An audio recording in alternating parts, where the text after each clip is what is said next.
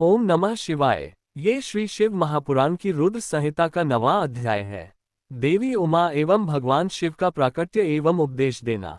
ब्रह्मा जी बोले, नारद, भगवान विष्णु द्वारा की गई अपनी स्तुति सुनकर कल्याणमय शिव बहुत प्रसन्न हुए और देवी उमा सहित वहां प्रकट हो गए।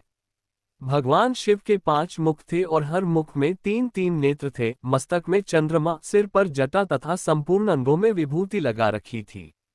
10 भुजा वाले गले में नीलकंठ, आभूषणों से विभूषित और माथे पर भस्म का त्रिपुंड लगाए थे।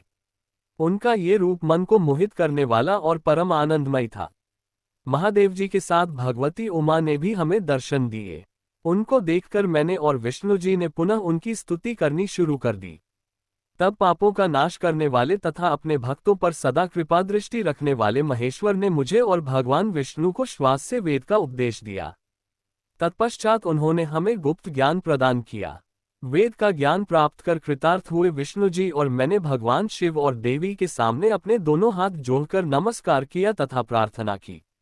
विष्णु जी ने पूछा, हे देव, आप किस प्रकार प्रसन्न होते हैं तथा किस प्रकार आपकी पूजा और ध्यान करना चाहिए? कृपया कर हमें इसके बारे में बताएं तथा सदुपदेश देकर धन्य करें। ब्रह्मा जी कहते हैं, नारद, इस प्रकार श्रीहरि की यह बात सुनकर अत्यंत प्रसन्न हुए कृपानिधान शिव ने प्रीतिपूर्वक ये बात की। श्री शिव बोले, मैं तुम दोनों की भक्ति से बहुत प्रसन्न हूँ।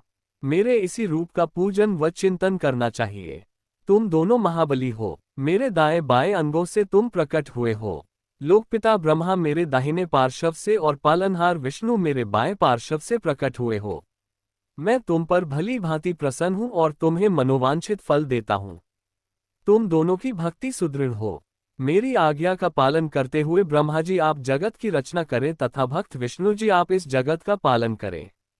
भगवान विष्णु बोले, प्रभो, यदि आपके हृदय में हमारी भक्ति से प्रीति उत्पन्न हुई है और आप हम पर प्रसन्न होकर हमें वर देना चाहते हैं, तो हम यही वर मांगते हैं कि हमारे हृदय में सदैव आपकी अनन्य एवं अविचल भक्ति बनी रहे।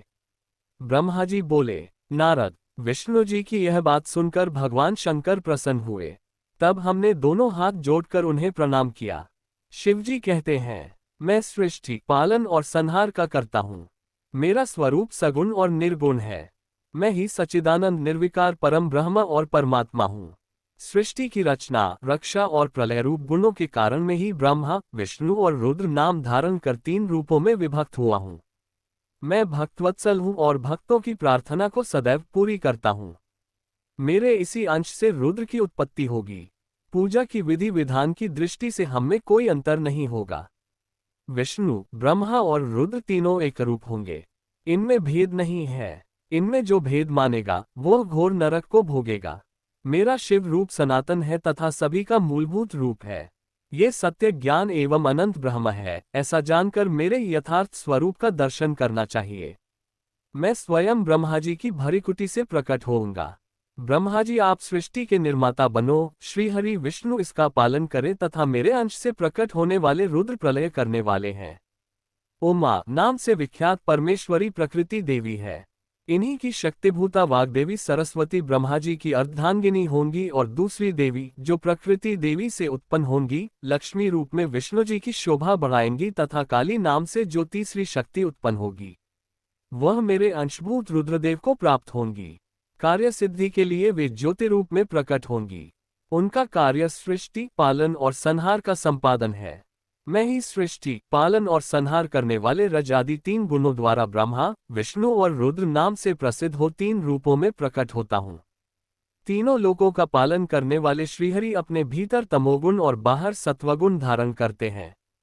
त्रिलोक का संहार करने वाले रुद्रदेव भीतर सत्वगुण और बाहर तमोगुण धारण करते हैं तथा त्रिभुवन की सृष्टि करने वाले ब्रह्मा जी बाहर और भीतर से रजोगुणी हैं। इस प्रकार ब्रह्मा, विष्णु तथा रुद्र तीनों देवताओं में गुण हैं तो शिव गुणातीत माने जाते हैं। हे विष्णु, तुम मेरी आज्ञा से सृष्टि का प्रसन्नतापूर्वक पालन करो। ऐसा करने से तुम तीनों लोकों में पूजनीय होगे। 9वां अध्याय यहाँ पूर्ण होता है। अगले वीडियो में हम 10वें अध्याय का श्रवण करेंगे। हर हर महादेव।